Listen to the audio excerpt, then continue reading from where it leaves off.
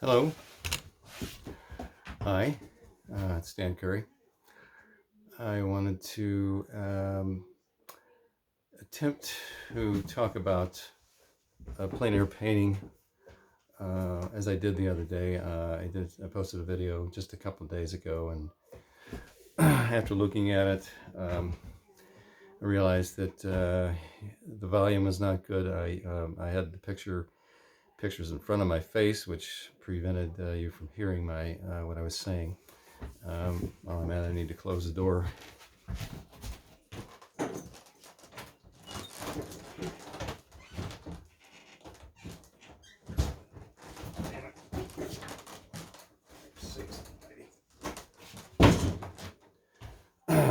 Okay, yeah. Anyhow, trying to get the video operation working in a way in which it's effective. So I'm going to kind of go over some of the same information the other day. It'll be a little different. Um, First of all, I want to mention that you can get more information about me on my blog, which is www.dan-curry.com. There's a lot of information on there about my background, about what I've done, and you'll see a lot of my images that I've done. My history goes back into the 70s, and I didn't get into a real productive vein until after leaving the Pennsylvania Academy in '77. It took me a few years because just making a move away from the city into a rural area, which is where I'm at now. I had to figure out how I was going to do that. So I actually worked in a factory for a while, and luckily that came to an end after living up here for 5 years. And then I got a job teaching art, which was just totally a twist of fate. I don't know what would have happened if I wouldn't have gotten that job. I might have had to leave this area to actually seek something that had more meaning to me, because most of the work that happens in this world is hard to adapt to when you've been trained as an artist and you're interested in the world of handmade, of creating beauty, and sometimes it doesn't seem to be relevant in the world of work. Certainly, when you're a teacher, then you can share that, and so that's been my primary impact. And I've said this before, and I say it again. I think my impact as a teacher has probably been more important than what my artwork and the production of my artwork. Although the production of the artwork is what helps me be a good teacher. I've never been able to depend on selling artwork to make a living, which is just a reality that most of us were aware of when we went to art school. Um, I have no regrets about it. It's been totally beautiful for me to be able to live a life as a creating artist. I have no regrets. Actually, I'm blessed. I'm just blessed by having lived with a woman who believes in and what I'm doing, and we've never had, the pressure. Why don't you do something where you really make a living, but we're eating and we're living good. I just shared a Facebook post, which I'm going to also direct people at today. That's the part of my life which is very practical. I posted pictures of my production of vegetables and some fruits. The one picture, I think there's some watermelons in it. But I've been very adamant and very interested in organic gardening since the 70s. And part of my influence, part of the influences that I obtained while I was studying at the academy were connected to holistic living, living the good life. I think I referenced Scott Nearing, Helen and Scott Nearing, who are were authors of a book called Living the Good Life and also The Making of a Radical. Scott Nearing actually was fired from Temple University because they accused him of being a socialist, and that's back in the 1920s or 30s, somewhere in there. He went on to write books and became well known as a homesteader. So I was influenced. I was actually able to meet him. Also influenced a lot by writers, naturalist writers like Thoreau and Emerson, Whitman, and Goethe. The poetry had a lot of meaning, and actually a lot of contemporary artists. The Beatles, the Moody Blues, Question of Balance, about the balance of,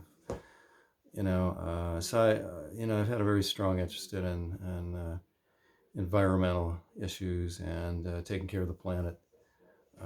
So it's right now is a very difficult time with this virus, but it's also a difficult time because of the crisis that we may be facing soon with the climate issue, which is it's another thing lurking in the background that we're starting to see issues with. But well, we may not know how bad this is going to get. But okay.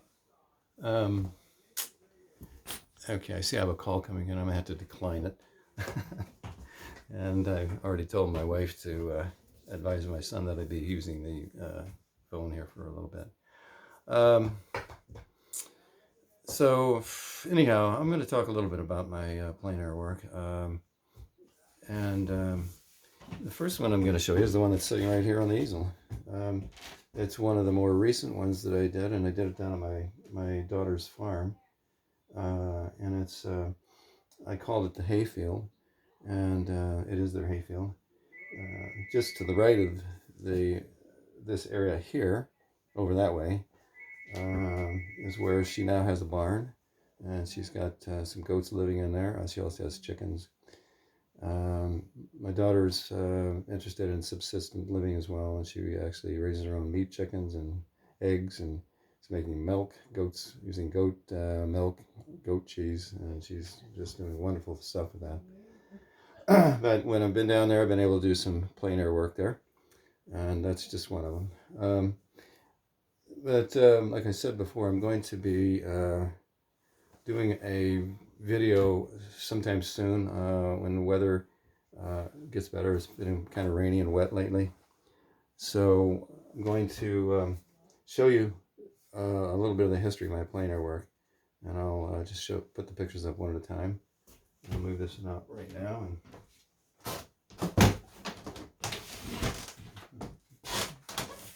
Okay, this one here, I hope it'll stay there. Yeah, that's good. This one here is it's a Lake Jean painting, and it was done in 1996. I have one I'll show you that went back to 1983. I think that's the first time I was there. I probably did, maybe even several dozen paintings of this lake, and I was actually able to sell about, I think, 3 or 4 of them that people have purchased. One of them's in Australia, actually. And then they're scattered around in different places, but 3 or 4 of them. I still have quite a few of them. This one was one I kind of liked a lot. It was you can see it was near sunset time. Okay.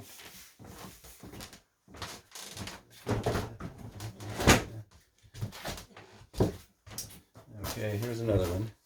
I'll just put it right up here. Well, I don't know if that's going to work. It's reflecting on itself. Back here. Maybe it'd be better if it's up close. It's reflecting the camera and the glass. It's one of the problems with pastels.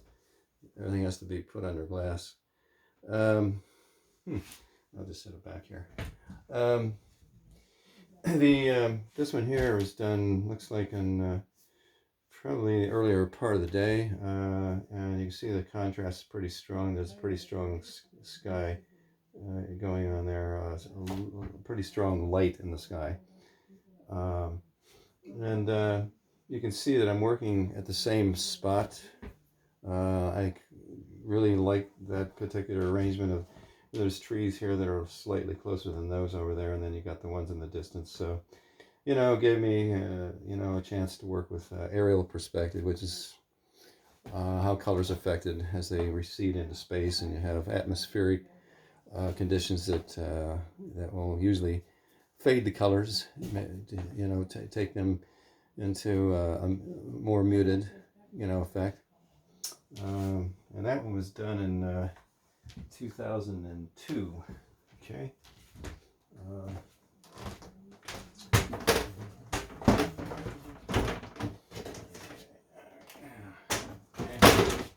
Now, this one here is one that I really like quite a bit, that I did in 2001. And it actually was selected for Best of Show over at the Endless Mountain Council on the Arts annual regional exhibit. And it was actually selected by Dr. Bernier, Bernier,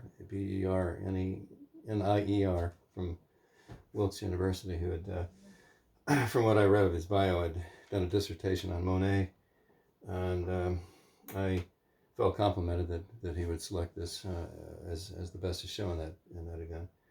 And this one here, I think, again, it's the same scenario. You can see it's a little larger format, but you can see it's loosely conceived, which is typical of plein air work. I usually would complete a piece like this in probably an hour. It might be a little more than an hour. I didn't really keep track of time that much, but I don't know that it wasn't very long. But typically, the plein air work is happening very quickly, which requires you to prioritize on what you're going to put down, and you're really gravitating very strongly on what's going on with color, and how color is being contrasted with in the different areas. So I'll move that one out.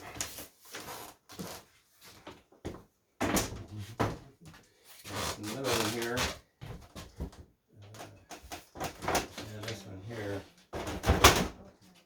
This one here is another one. This was done in 1996 also. It was July the 17th, 1996, okay?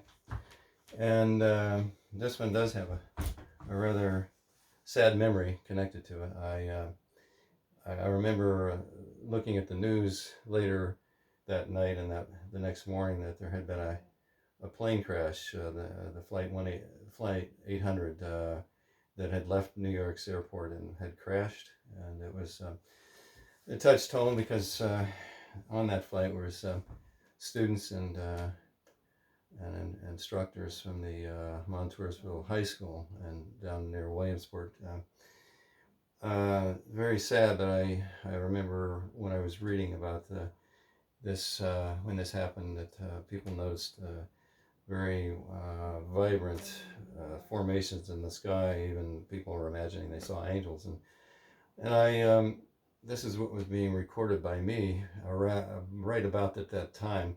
It was an evening time that I was up there, and you can see the clouds are there's a lot of turbulence. I just kind of remembered, and when I look at this picture, how different it is from the other ones, you can see that there's just kind of seems like a little more of an energy going on in this. So I kind of think I like this one a lot. It's kind of a special one, and not that it's not like a celebration of that terrible tragedy. I ended up later on doing a residency at Montoursville High School. I think it was like 8 years later, and I mentioned it to the teacher, and of course we discussed it. So I wasn't going to even comment about it. It was still very hurtful for people from the school remembering those they'd lost. So it's I don't know. This is something I think is notable about art, is just sometimes the feelings in the air are getting translated.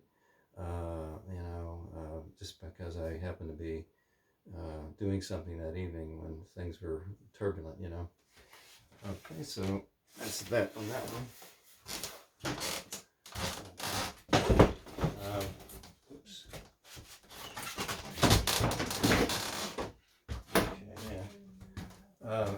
lot more from that subject. I will briefly show some work from the area where I will do the demo, which is right here. And when I say right here, I'm talking about when I go out the door of my house and look west. I'm looking at a farm scene. Well, it's a farm that's inactive now because it's my grandmother's or my wife's grandmother's farm. This picture was done in 2007, and you do see here's the farmhouse here that's now gone.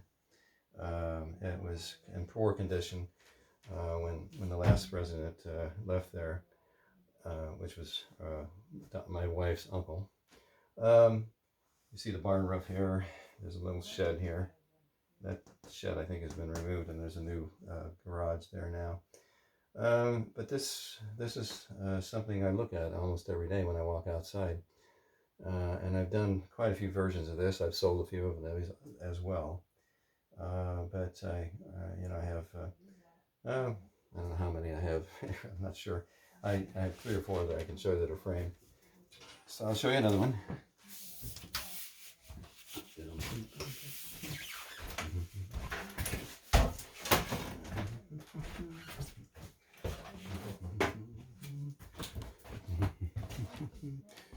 Okay, by the way, the one you're looking at up there on top of my dresser there is one of my recent ones. That's a tree out in Alameda. It's overlooking San Francisco. You can see the skyline of San Francisco in the background. The tree is the dominant subject. This one here is a springtime picture back in 2000. This was done in May of 2000. And this here is the kind of color effect that may be happening here in a couple of weeks. We're at the end of April. It's been a little bit cold and rainy, and things are starting to grow, but you can see a little color going on. So my demonstration that I'm going to do, I'll do a YouTube demonstration of a plein air of this particular scene, and it may have some common feelings as far as color.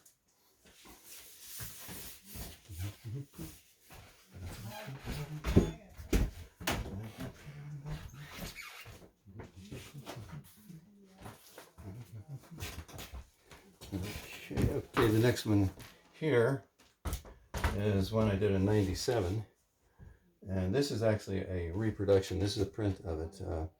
The original is downstairs. Reproduction is pretty nice quality version of it. This was done in '97, and it says 9 September of '97. This was a 2-day plein air event that I worked on it one day and then decided to go back, and I did more a little more time on this than on some of the other ones, but I kind of always liked this one a lot, and I did decide to make Z clay prints of it. And I've sold 1 or 2 of these, not that many. I've been surprised. That it might not have been more popular. The most popular one I have is of a covered bridge that I did locally, and I've sold many of those.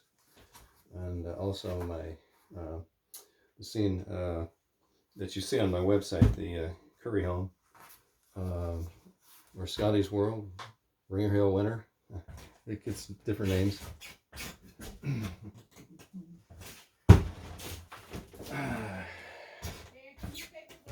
Yeah, I'm almost done. I've been asked to take a break. So I've been on 19 minutes, okay. Again, I just want to give you the information on my website, www.dan-curry.com. You have to put the hyphen in there. There's another Dan Curry out there, the one that worked for Star Trek, that contacted me once because mine was close to his, or our names are the same. Which it was a nice letter. I saved it. It was very nice. Also, Facebook. I have two Facebook pages. One is Dan Curry, which is just kind of a general page, and no, that's my page for my focusing on my art more. The other one, Danny Curry, is the one that's I use that more for just social, type of stuff. And on that one, I just posted some pictures of what I've been doing lately with my gardening ideas. I have some pictures, the still photos of what some of the production of my garden work looks like. And you can see that I'm pretty serious about that. I've been doing organic gardening since the 70s, and I'm always glad to share any information about that. It's to me, the practical things are very important. I like to take control of some of those things, and especially very good at this time when people are worried about going into grocery stores even. And at this time, I would like to thank the people that do that, and also the professionals, the nurses, the doctors, and the custodians, and the people collecting garbage in every capacity. These are necessities that people are taking care of. I was very thankful that they're doing this, and I hope that I encourage everybody to be safe. Use the methods that are being prescribed, and try to keep us safe. I will sign off for now. And like I said, I encourage you to check my website out and also my Facebook page. And I'll be back sometime soon. Okay, goodbye. I'm done.